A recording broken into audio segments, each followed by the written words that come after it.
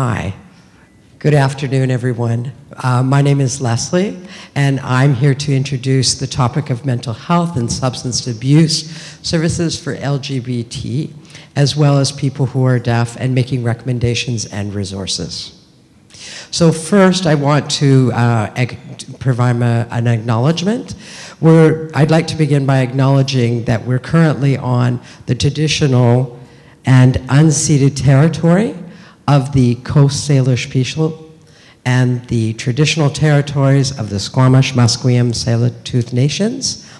I do not speak on behalf of the deaf LGBT community, but speak from my own personal experiences.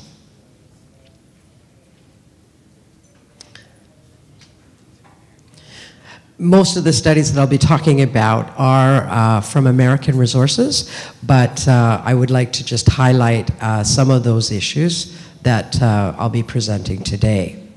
So one of the really important things is that for the deaf community, that you need to at least have the experience of hiring interpreters to provide access.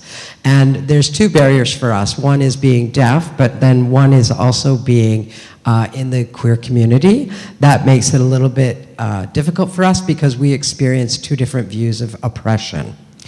It's important for me to tell you that 90% of deaf children are actually born to hearing parents, and a majority of those deaf individuals never had exposure to American Sign Language. And that may lead to some language deprivation on our behalf. The deaf community is very small, and it is very, very close-knit. But, however, there may be some deaf LGBT individuals who will actually experience homophobia and bullying within our own primary deaf community. That provides a lot of barriers to us, so barriers to getting access to health resources around alcohol and drug abuse as well.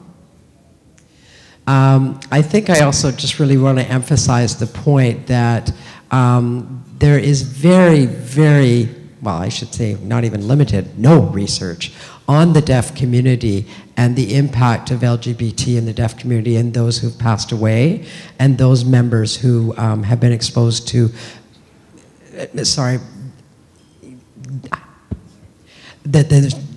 just the interpreter's just catching up.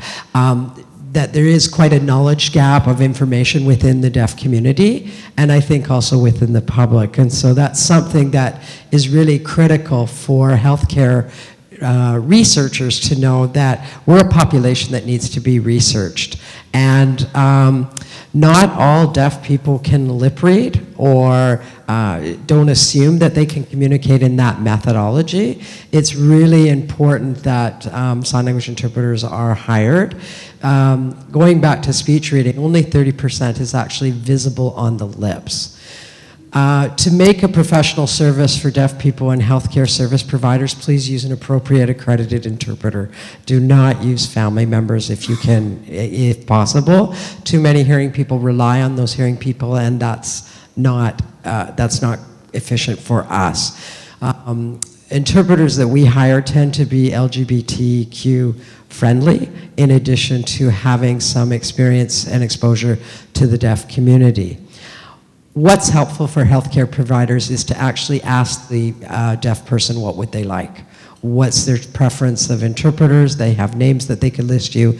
I think also too, just in terms of environmental things, make sure your office is well lit. If you have a window in your office that's really, really shiny, make sure you put the blind down so that the person has proper eye contact with their interpreter and with you to be able to communicate.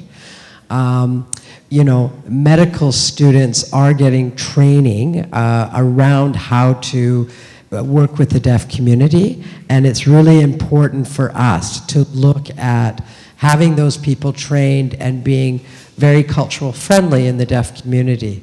That poses difficult things for us. So for example, one of the political things happening right now is around the use of cochlear implants for deaf individuals. And it's a very contentious issue in the deaf community. So when you're providing healthcare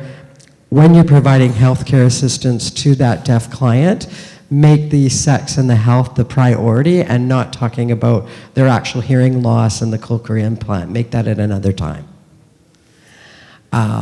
In addition to that, you know, there are various political views on the deaf community, or the deaf community, I'm sorry, has various political views on the use of a cochlear implant or actually getting implanted.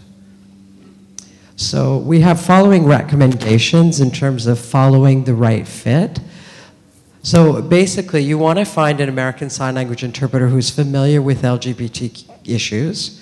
You also want to see whether or not that interpreter is available for that appointment, and if they are a fit. You know, talk to the client.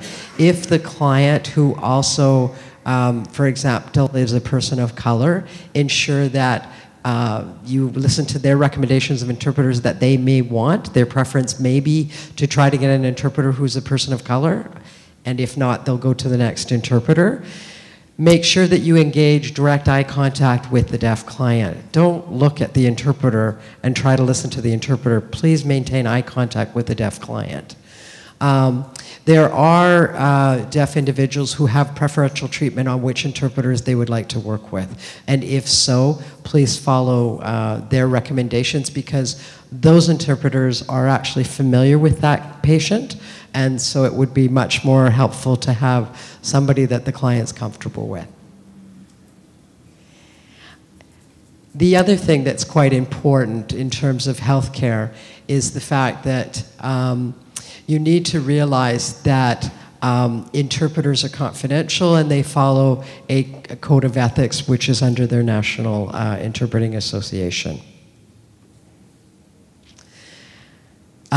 There are a few resources that I've listed for the LGBTQ deaf individuals, so they can access what we call MIS, Medical Interpreting Services, which is funded by the Province of Health Services Authority in British Columbia. It's important for healthcare givers to know that you do not need to pay for the sign language interpreter. It is free. It is a free service and it is provided by the government. All funding is provided for sign language interpreters. There is also what we have is called, formerly called AVLIC, now known as CASLI, the Canadian Association of Sign Language Interpreters. There's a website that actually lists some resources around how to hire an interpreter, where do you get an interpreter, so there's some cultural information there on the use of an interpreter and working with the deaf community. Queer ASL is also a specific sign language class that is educating members who are learning sign language specifically about GLBT particular signs and reference points, which is really neat. Live transcribing is, again, the captioning service that we use. So if you have a client who's deaf but may not sign, they may want to use transcribing where they actually see the captions listed for them. There's also BCCSU's learning module, and that is a particular online module that's developed by the BCU, and that provides free healthcare and training for certain groups. We also have what we call VRI, video remote interpreting. And again, that's a video communication whereby the interpreter is on video. And so if the deaf person is live with you in a remote area, you could go by video to connect with the interpreter so that you can still communicate with your patient. We use video remote interpreting in the event that it's a remote location, or if an interpreter is not able to go to that location at that time because of travel and distance. So again, that's funded as well. The company that offers the video remote interpreting is based in Ottawa, and those are the services that we use. So just to summarize, just in terms of LGBTQ, you know, we're people who are deaf and we may have particular health concerns that require cultural competence. Accommodating patients who are deaf is not optional. It's really important that if a deaf person presents in your office that you do not deny them access because they are deaf or you cannot communicate with them. You can write back and forth with them to make arrangements to make a follow-up appointment and book an interpreter at the same time.